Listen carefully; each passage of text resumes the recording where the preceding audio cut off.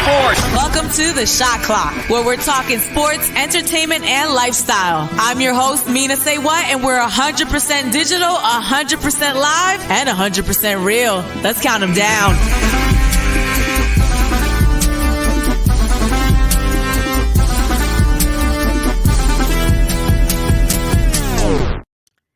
Welcome. It's the ShotClock, our digital sports show. I'm your host, Mina SayWhat. Of course, we are live on YouTube, Twitter, Twitch, and Facebook. So if you have a comment today, make sure you drop it in that comment field.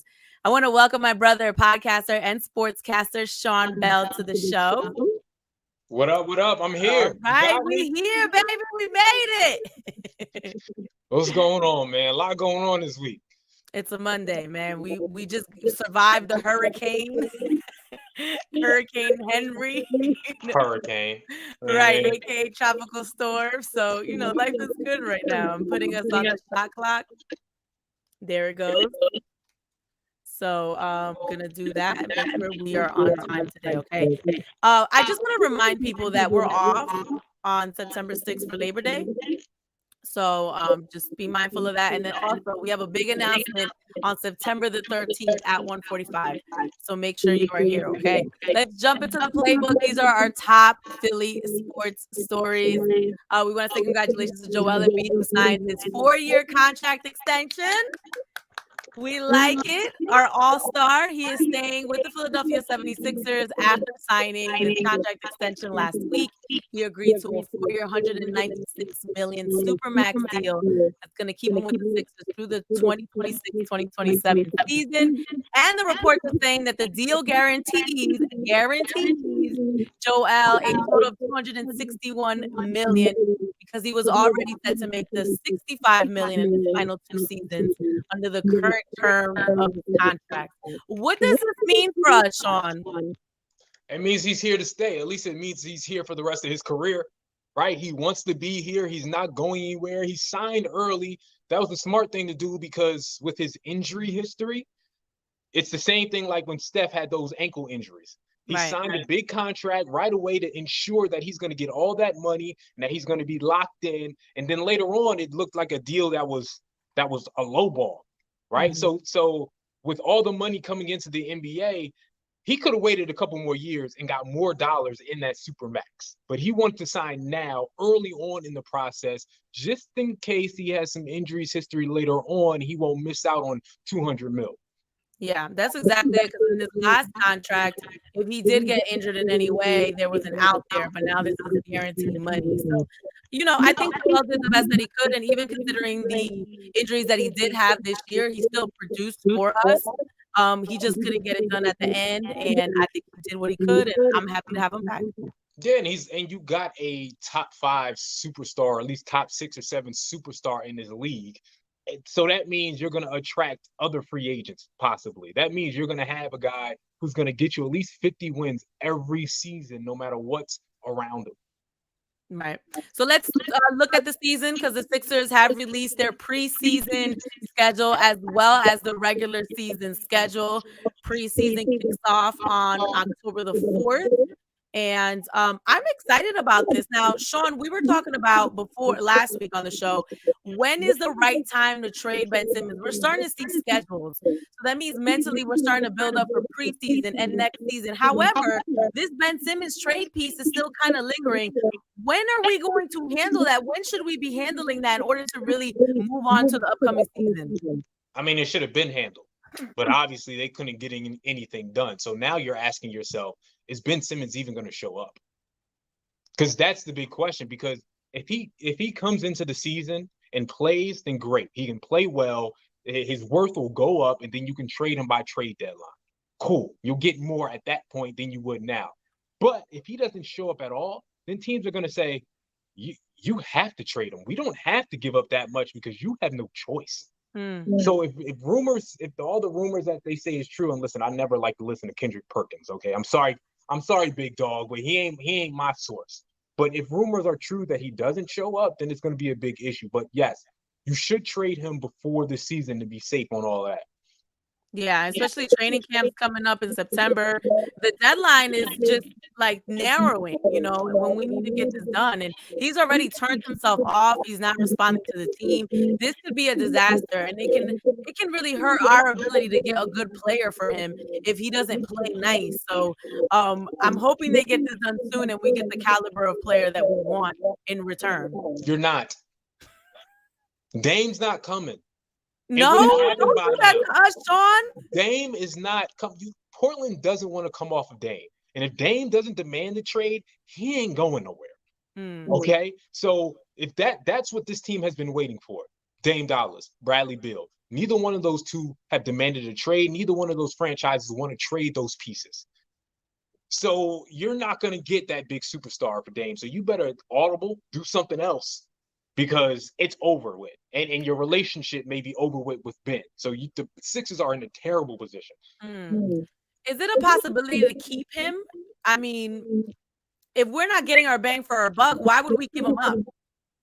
I mean, you're right, but at this point, you put all your chips on the table. It's not like you were doing this thing in somewhat secrecy. Like everyone knew you want to trade him. No one had his back. Even if you're disappointed with Ben and he should get some tough loving, somebody has to pat him on the back.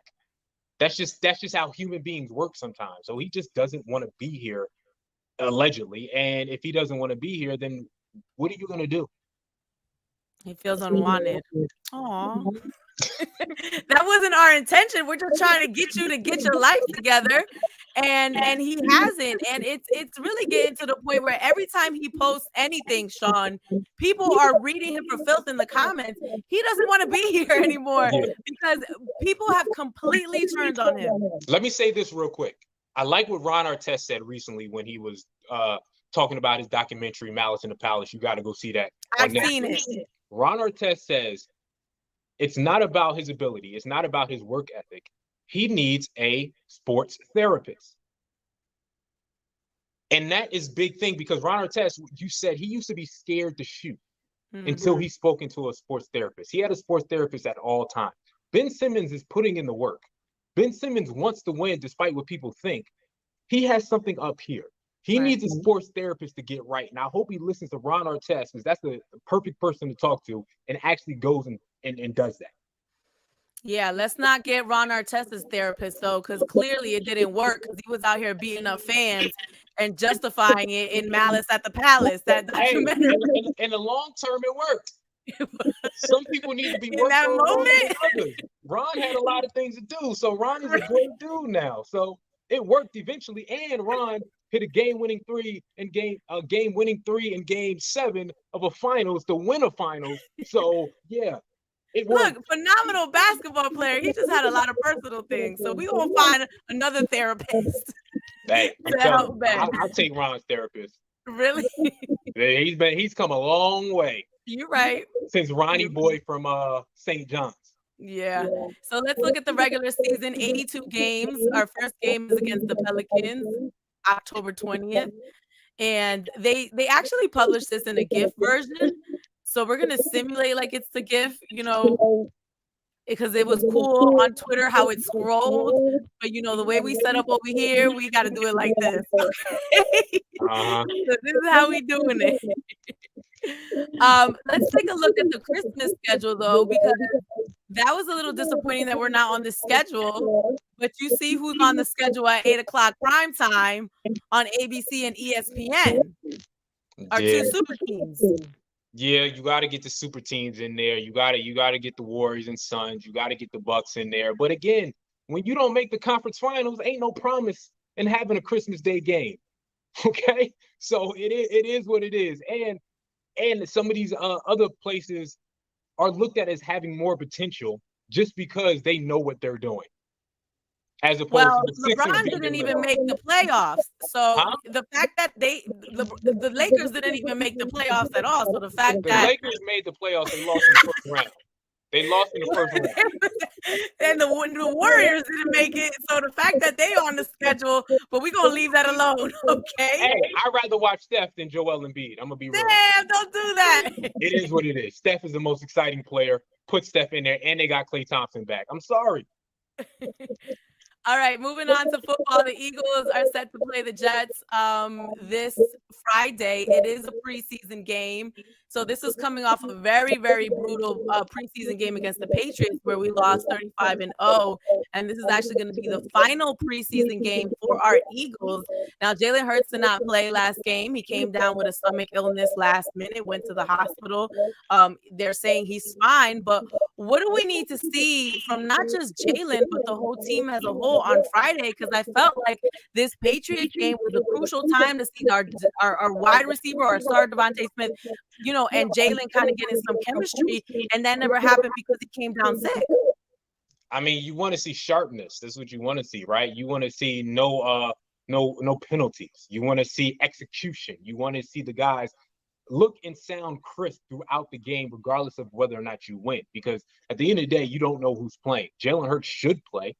He should get in there and play a quarter, play a couple series, but who knows if he actually does. But you want to see sharpness via everyone. Joe Flacco, Nick Mullins look terrible. They look awful. Like they shouldn't be quarterbacks. Yeah, in the preseason. Devontae Smith is our guy, but he dropped a couple passes. I mean, some of them were slightly off, but NFL starting wide receivers should catch them. Like, I just want to see this team look crisp. I just want to see no penalties, no drop passes, and for them to move the ball and stop the ball in an efficient manner. Yeah. No matter who's out there. I think that it's crucial that Jalen plays because I'm starting to see Nick Sirianni kind of say like, so they're doing these joint practices. Oh, we're getting in good joint practices. They're like games. It's practice. You gotta go out into the game and see how you put numbers up or how you respond to pressure. And I'm hoping that he plays some of our veteran guys or the people we think are going to be our veteran guys, our starters in this upcoming game, because we need to start seeing that chemistry build, especially between our quarterback and our wide receivers. Yeah, listen, I don't care if some vets don't play. Zach Ertz doesn't need to play, regardless of what you think of him. Like Brandon Graham doesn't need to play. Fletcher, these are grizzled vets.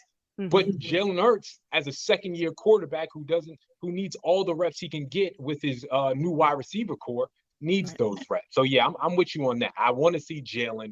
I want to see his protection. I want to see those wide receivers out there. If a couple of vets sit out, that's whatever.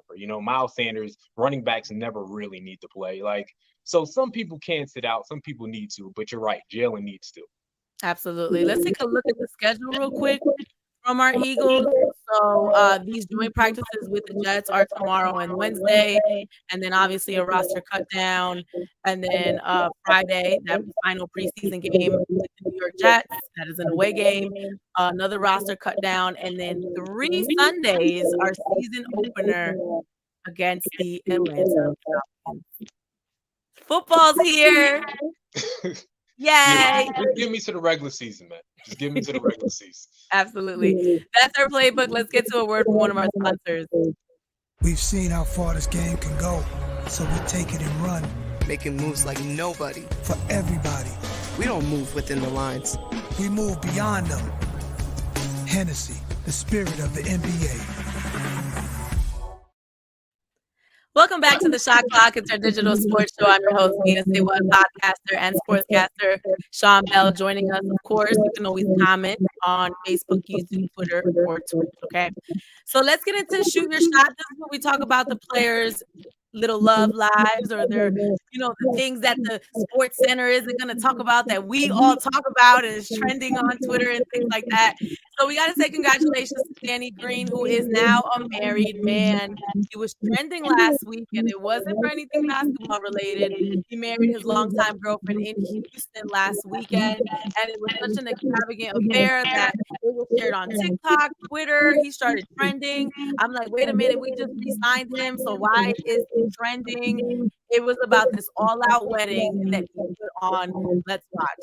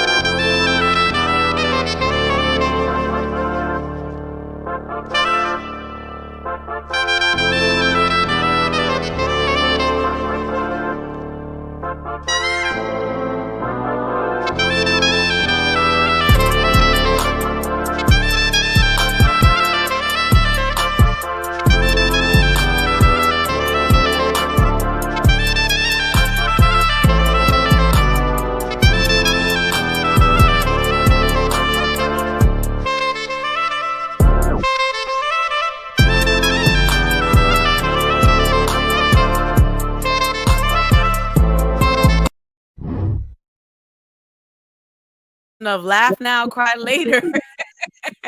So, I mean, he had that little, what's the little character, the little tree character from the Avengers? Grout? Oh, you talking about Groot? Groot, sorry. You know, I be messing up people's names. How he had Groot at his wedding? So Listen, this man. kind of triggered me a little bit. Because, I mean, I know the players have personal lives and he deserves to get married, but I need Danny Green to produce the way that he produced for this wedding. I need him to produce on the court this year, okay? This is why I hate fanatics, man. This like why? Like that for what? Let the men have fun and be joyous. Why you have to bring in basketball for any part of this? Because he put a lot of effort into this. I want to see like the same kind of effort during the playoffs, sir. Man, he's a multiple-time champion. You don't think he puts in that type of effort? Leave that man alone. Let him enjoy his wife and enjoy his newfound wedding, his newfound marriage. Sir, he had a girl hanging from a rotating chandelier with trees pouring champagne. Like, we're gonna have stuff to say. Why? Let rich people be rich. Leave him alone. He having fun. He enjoying his wedding. I'm not gonna say anything basketball. Shout out to Danny Green, and I hope everybody in there was safe and did what they had to do to be safe. All right, I'm gonna need him to produce come playoff time. Okay, put in the same amount of effort that you did into planning the grout or whatever coming to the wedding. Fanatics, man. I'm just saying. Let's get into what's trending. First, I want to say congratulations to Olympic record breaker Elaine Thompson-Herah from Jamaica. The Jamaicans have been killing it. The Jamaicans have been killing it in track and field. She ran the second fastest women's 100-meter time, clocking a time of 10.54 seconds during the women's 100-meter at the Eugene Diamond League on Saturday. Congratulations to that woman. Can we just give her flowers? She has them there. But I don't feel like we were talking about this woman enough. She killed it in the Olympics. She killed it in this race. And she is breaking literally records that have never been broken by a woman. And she should be applauded and acknowledged. Yeah, salute to her, man. The second fastest woman ever to FloJo. Anytime you're in a conversation with FloJo, you should get that type of love. So again, she's been killing it. She's been prepping herself this entire season. You know what I mean? I don't know if it's possible for her to have another run like this. You know what I mean? This may be one of her last official runs. Again, she's still going to be the fastest for the next couple of years, but the next Olympic time when that runs around, you know, age catches us all. But she's cemented as one of the GOATs. Right. Gold medal winner. She's killing it. And, you know, she was even really overshadowed by Sha'Carri Richardson, who ran in the same race, and she came in last, 9th in that run. I feel like a lot of people were talking about that and talking about how she didn't do well in this race instead of really highlighting what Elaine has managed to do since the Olympics. And then Sha'Carri said this in her post-run interview. Today to face these ladies from the Olympic Games. Coming out today, it was a great return back to the sport. I wanted to be able to come in before, having a month off, dealing with all I was dealing with. I'm not upset at myself at all. This is one race. I'm not done. You know what I'm capable of. Count me out if you want to. Talk all the shit you want, because I'm here to stay. I'm not done. I'm the 6th fastest woman in this game ever. And can't nobody ever take that from me. Congratulations to the winners. Congratulations to the people that won, but they're not done seeing me yet. Now, she got some backlash for this interview and then did another one. But what were your initial thoughts, Sean? Man, so much, right? Like, first and foremost, she shouldn't have been interviewed, right? Like, she came in last, and I understand that she's been the story for so long, and so that's what people want to go to, the TMZ aspect of the sports world. But she came in last place, right? Like, there's so many other runners that work so hard that should be interviewed, that should get that respect. The top 3 runners, right? The Jamaican runners should be spoken to first. So that's the first thing I have. Listen, another thing, with all the backlash, what runners aren't cocky? Right, like, runners are cocky. That's what they do. You see Usain Bolt. You've seen Mo Jones. You've seen Michael Johnson with the gold shoes. They're all cocky, right? So this isn't something that's crazy for a runner. to believe in themselves as much as you need to. She needs to have that mindset in order to be great in the future, right? So I understand her having that mindset, but again, she shouldn't have been interviewed, and I expected her to be bad in this, right? Like all the other runners haven't taken a break. They Right. fine-tune their bodies to peak at a certain point. That's what you do. You fine-tune your body to peak at the Olympics, right? Like a lot of the runners shattered what they did in the race to get into the Olympics at the Olympics. They shattered what they did. They kept getting better and better and better. She couldn't run. So of course she was going to get worse. Of course it was going to take some time for her to get back to where she was. So I expected her to finish last. I expected this to happen. And it's not a knock on what she's going to be in the future. She's going to be a great runner. She's going to, again, 6th fastest time ever. She's going to continue to be better and better and get and win awards and win medals, but she shouldn't have been interviewed whatsoever. I actually was pretty surprised that she came in last. I mean, I know that she's taking a month off and she's not in peak condition, but I actually was really surprised by it. And I think it's the buildup, right? Because this has been the story and the buildup of this is her first race. And, you know, she was so confident in that whole process of going or not going into the Olympics. But I really just felt bad for her because you're already hard on yourself as an athlete, right? You have all this confidence and you feel like you're going to do well. And then you go out there and you get smoked by all these girls, right? And you've been talking and you already feel a certain ways. But then the way that social media responded to her, I just kind of feel sometimes bad for her because she's in the spotlight a lot. And how do you even react to that? You know, and how do you, I mean, literally people are like, oh, you're being humble. That's what you get for talking. And, you know, I mean, she knows that inside, but to have social media kind of remind her of it and the backlash of it, I do think maybe she could have handled the post interview a little bit better, but I think she was in her feelings. And to your point, you interview Elaine, you know, but because Sha'Carri has been the story, that's what we got from her. Yeah, and listen, like people, it's always weird to me for someone to really want to humble a Black woman. Like that happens way too often. It's way too disrespectful or humble any woman, period. So I don't want to see it. But at the same time, if you talk that talk, people are going to talk back. People are going to talk trash. You saw the runners while she was interviewing walking behind with smirks on their faces, right? Because if you talk all that trash, you got to expect it back. Right? She talks a lot. Some people would go away and then talk when they come back on top. She didn't do that. She kept talking. That's a good point, yo. You know what I mean? Like, she came in nice and she's like, I'm the best. Right. I'm not gonna tweet, I'm not gonna do anything, and then I'll just work my way back. She chose to do it by continuing to talk. And I'm fine with trash talking.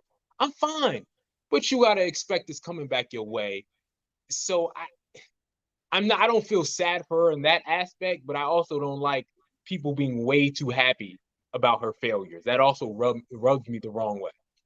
It's a hard place to be in because you feel bad once the backlash comes, but then you're like, okay, well, you're the story. So heavy is the crown. Heavy is the head of who wears the crown. That's what they say. So we'll see what she does and how she bounces back from this. She didn't run that 200-meter race later. So she definitely dropped out to try to get herself together. She'll be fine. Listen, some people when they get razzled and like you said, all of a sudden get defensive and have to bite back. And I get it. But at the end of the day, that young woman is going to be fine. She has all the talent in the world, whether you like her or not. She's going to be at the next Olympic winning medals. She's going to be at the world championship winning medals because she's just that talented.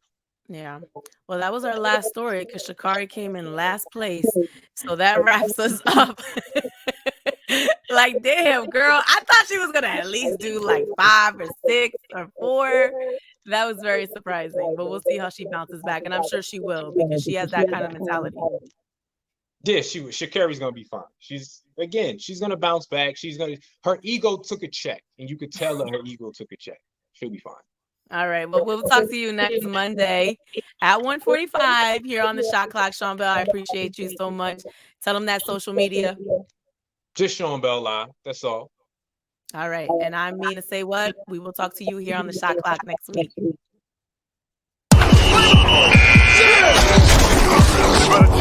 Thanks for watching the ShotClock. I'm your host, Mina SayWhat, and you got something you want to talk about next week? You can always hit me up on social media at Mina SayWhat, and make sure you join us 12 o'clock next Monday on R&B Philly's Facebook, Twitter, YouTube, and Twitch. We'll see you then.